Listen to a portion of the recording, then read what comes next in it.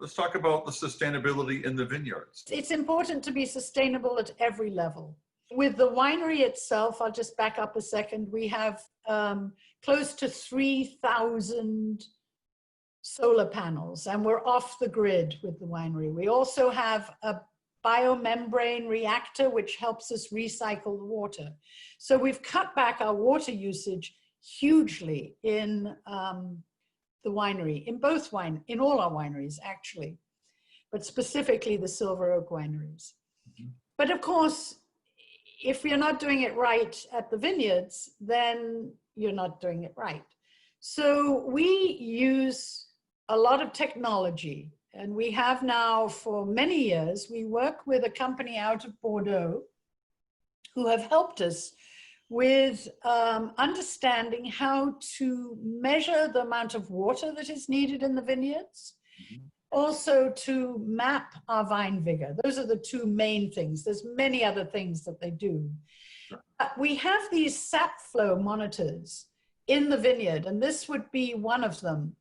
We have a monitor that goes into the trunk of the vine itself. Mm-hmm.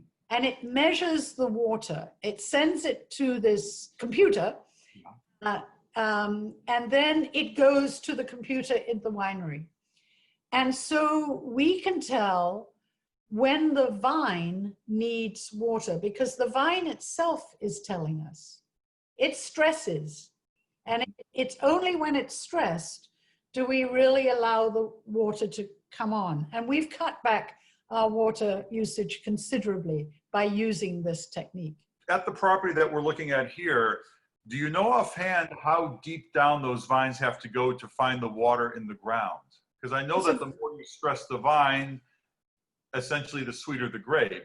Exactly. That's a very good question. And to be very honest, I don't know how deep those roots go, but we are forcing them to go deeper and deeper. And we do feel that by using this Sap Flow monitors, we are, and really moderating our irrigation, we are not only saving water, which is crucial in an area like Northern California, but we're also getting more concentration of fruit in the grapes themselves. And that is giving us, as we like to say, better and better wine, and we still haven't made our best bottle of wine yet, because we never will, if that makes sense. And then the other thing that we do also with the precision viticulture, working with this company out of Bordeaux, is the mapping of the vine vigor. And this is equally important because it tells us in the vineyard, when we map the vine vigor from, as you can see, this machine, and it's above, mm-hmm. looking down on the vines and the vigor of the vines themselves, of the shoots, we can see where we need to spend more time in a vineyard, or we can also see where the vineyard is very healthy and we can leave that area alone. So it's really, as it says on the slide, it's precision viticulture. Mm-hmm. There's many other things that we do, but these are the two main areas of really high precision that now technology has helped us with the growing. And there is, of course, a whole team of winemakers behind the wines.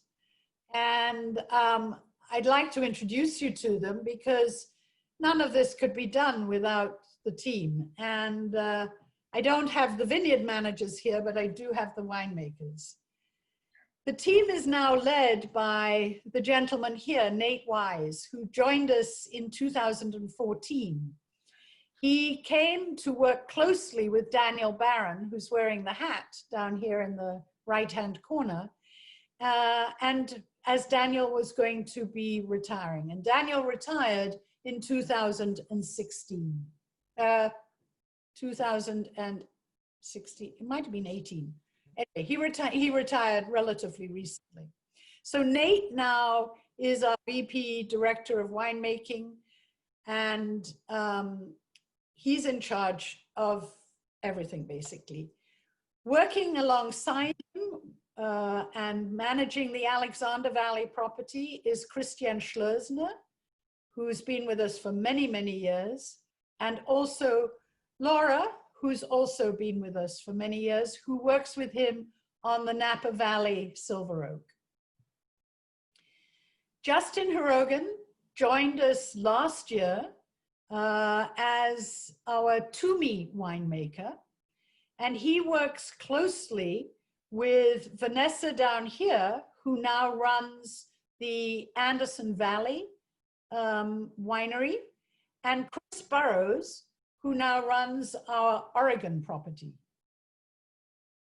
The man up here drinking wine and the man down here with Daniel is Jean-Claude Berrouet. Jean-Claude Berrouet was for 44 years the director of winemaking at Petrus. He is our consultant winemaker, and he works solely with us on our Toomey Merlot project. And we're very fortunate to have him. Since he retired at Petrus, he has been our full-time consultant just on the Merlot project. Does he enjoy working in California versus working in France? Has it been a big change for him?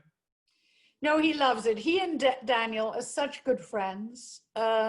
He loves the opportunity. He does have a couple of, we are his only client in the United States. Does have some other clients. One is in Israel, and I believe the others are in France. So he's a winemaker to his core. And he lives, breathes wine, and he just loves coming over here and making from the Napa grapes a Merlot that is a classic example of Napa, but it also has the pedigree of a man like Jean-Claude Berrouet, who has for his whole life really worked with Merlot. He is Mr. Merlot.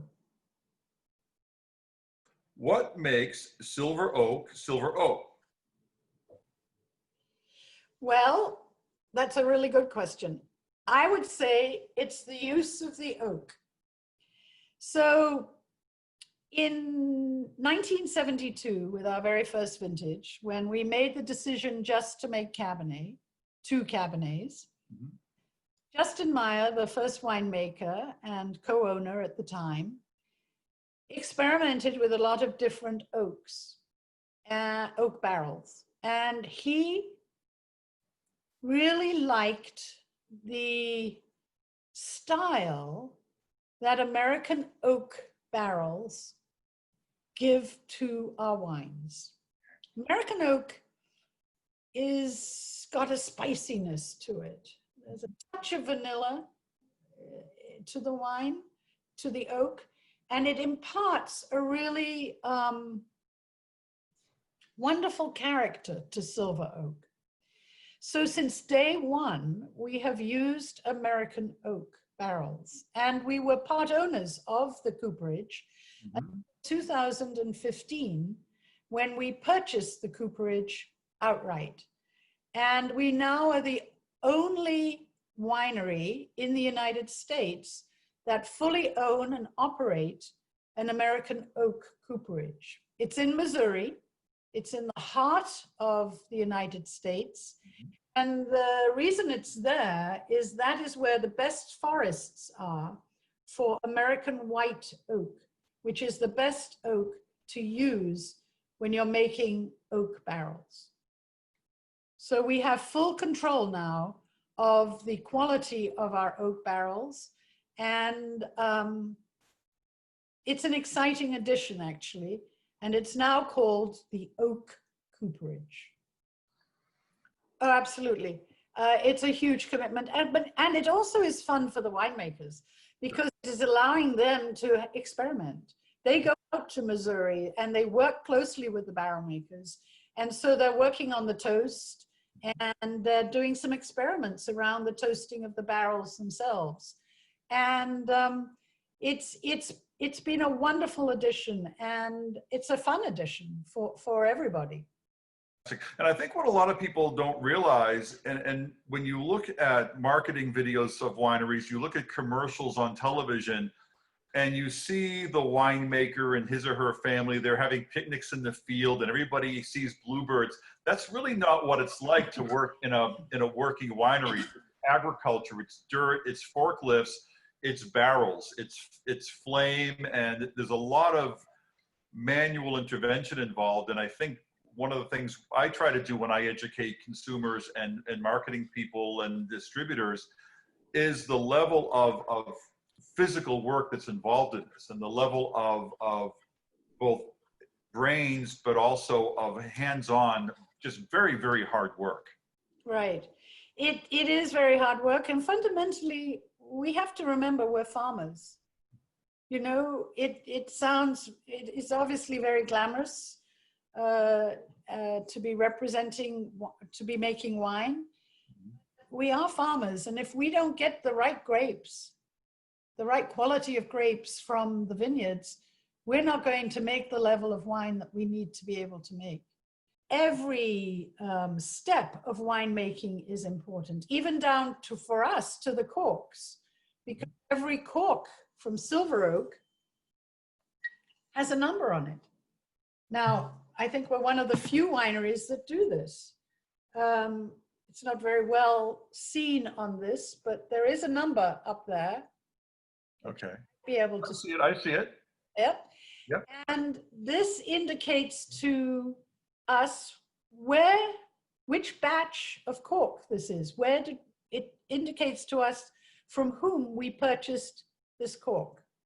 Now, we have a test at the winery that Christian, our Alexander Valley winemaker, made many, many years ago, and she tests every batch. It's a dry soak. She tests every batch of cork that comes in. And we have guarantees from our cork makers that we're not going to get corky wine or TSA in our corks. TCA, sorry. Did I say TSA? Yes, they're both, they can both be very inconvenient. Yes, they can. TCA in our corks. Now, every now and then one does slip by, but in general, we don't get them. And the reason we number them is that should anybody ever get a corked bottle of silver oak or Twomey, we want to get that cork back, or the number on the cork, so that we can go back to the cork maker and say, hey, we found a corked bottle. So it's easy to say that Christiane is the TSA of TCA. Yes, that's really good. She would like that. She would really like that. Good.